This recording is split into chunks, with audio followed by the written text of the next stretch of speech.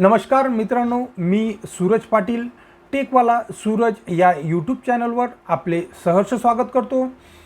सध्या बँकेच्या ॲड्स भरपूर प्रमाणात येत आहे आणि जे कोणी बँकमध्ये जॉब करण्याची इच्छा दर्शवणाऱ्या सर्वांसाठी सध्या वॅकन्सी आणि वॅकन्सी आहे। स्टेट बँक असो, महाराष्ट्र बँक असो, इंडियन बँक असो किंवा रिझर्व्ह बँक असो, ह्या खूप साऱ्या ॲड्स आलेल्या आहेत।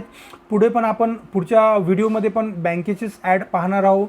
मागं 2 व्हिडिओ झालेले आहेत, त्या 2 व्हिडिओमध्ये जे ॲड्स आलेल्या वॅकन्सीचे व्हिडिओ आलेले आहेत ते जर तुम्ही पाहिले नसतील तर जरूर पहा। त्याची लिंक मी खाली डिस्क्रिप्शनमध्ये देत आहे। सध्याची ॲड जी आलेली आहे ही आलेली आहे बँक ऑफ बडोदातर्फे। इथे दिलेलं आहे online registration of application start from, म्हणजे कधीपासून सुरुवात होणार आहे या ॲप्लिकेशन करण्याची। तर ही ऑलरेडी सुरू झालेली आहे।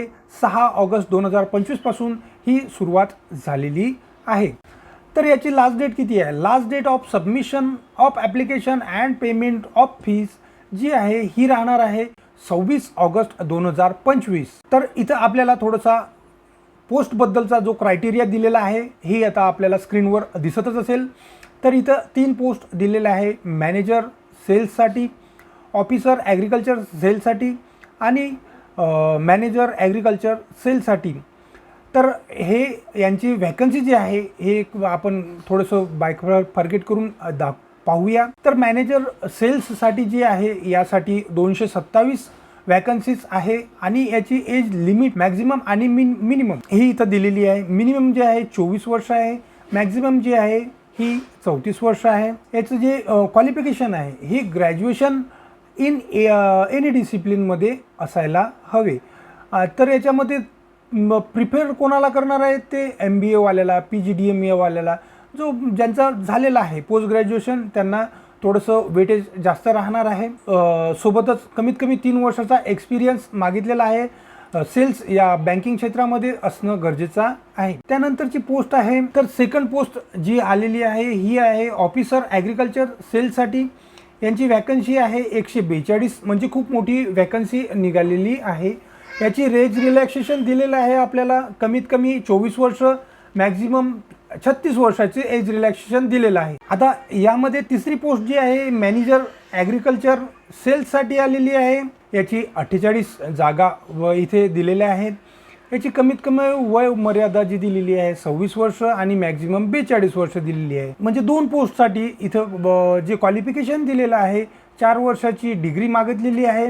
ॲग्रिकल्चर, हॉर्टिकल्चर, ॲनिमल हजबंडरीमध्ये, डेअरी सायन्समध्ये, फिशरी सायन्समध्ये ह्या प्रकारचं जे 4 वर्षाचा कोर्स आहे त्यांची जे झालेलं आहे त्यांना इथे अप्लाय करता येईल। त्याला प्राधान्य देण्यात येईल जे 2 वर्षाचा फुल टाईमचा पोस्ट ग्रॅज्युएशनची डिग्री किंवा डिप्लोमा केलेला असेल, sales, marketing, agri business, retail management, finance ज्यांनी केला त्यांच्यासाठी म्हणजे त्यांना वेटेज राहणार आहे, इथे प्राधान्य दिले जाणार आहे। वयाची मर्यादा जी एक्सपिरियन्स जी मागितलेला आहे पहिल्या पोस्टसाठी म्हणजेच ऑफिसर ॲग्रिकल्चर सेल्ससाठी कमीत कमी 1 वर्षाचा एक्सपिरियन्स मागितलेला आहे ॲग्री सेल्समध्ये, आणि मॅनेजर ॲग्रिकल्चर सेल्ससाठी याच्यासाठी जी मागितलेला आहे 3 वर्षाचा एक्सपिरियन्स मागितलेला आहे ते ॲग्री सेल्समध्येच। इथे आपण पोस्ट पाहणार आहोत जी थोडीशी माहिती आपण एज्युकेशन, क्वालिफिकेशन आणि एज लिमिटसाठी पाहिलेली आहे।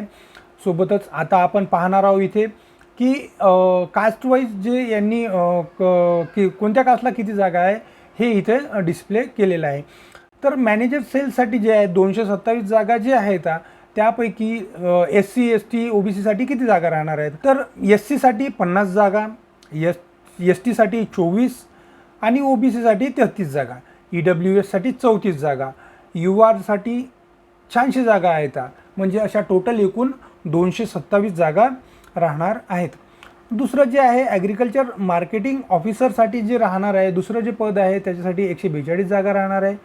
त्यामध्ये 19 जागा राहणार आहे SC साठी, ST साठी 11, OBC साठी 36, EWS साठी 15, UR साठी 61, अशा 142 जागा राहणार आहे।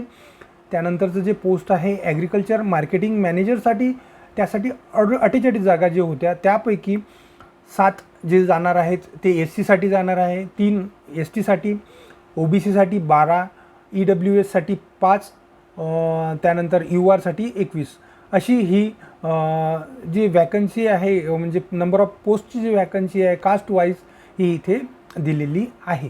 इथे आपल्याला एज रिलॅक्सेशन दिलेलं आहे, जे आपण त्या आधी जे पाहिलं होतं त्या क्रायटेरियानुसार जर कोणी बसत असेल किंवा त्यांचं वय त्या पलीकडे गेलं असेल तरी आपल्याला एज रिलॅक्सेशन घेता येते, म्हणजे ज्या कास्टमध्ये जे रिलॅक्सेशन अवेलेबल असेल त्यानुसार.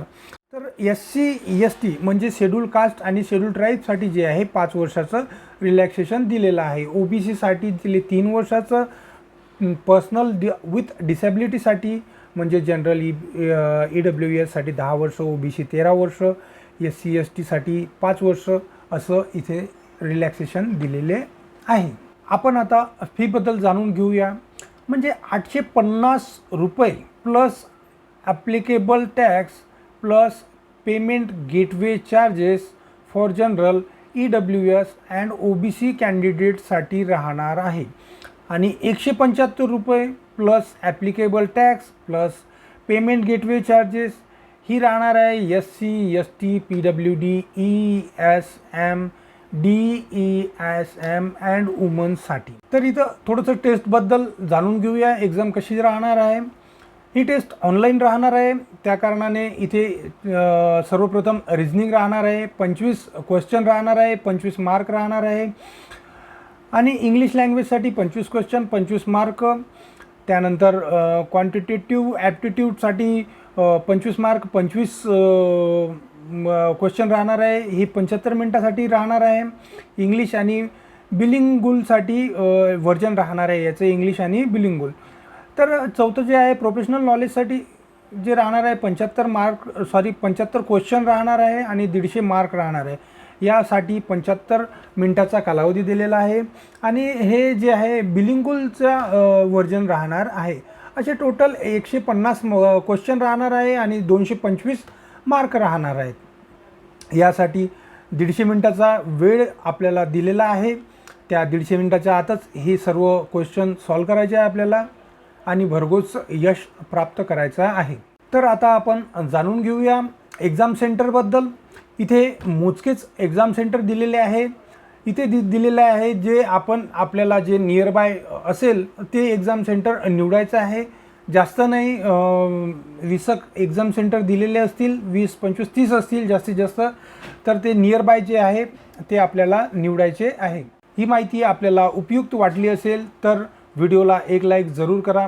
बँकमध्ये जॉब करू इच्छिणाऱ्या सर्व मित्रमैत्रिणींसोबत हा व्हिडिओ शेअर करा, जेणेकरून त्यांचा पण फायदा होईल. टेकवाला सूरज या यूट्यूब चॅनलला जर आपण सबस्क्राईब केलं नसेल तर जरूर सबस्क्राईब करा. अशाच नवनवीन आम्ही सरकारी नोकरी किंवा निमसरकारी जाहिरातीच्या माध्यमातून व्हिडिओज घेऊन येत असतो. बेल आयकॉनला अनेबल जरूर करा. काही आपले प्रश्न असतील तर ते कमेंट सेक्शनमध्ये कमेंट करून मला विचारू शकता. सर्व मित्रांना ऑल द बेस्ट.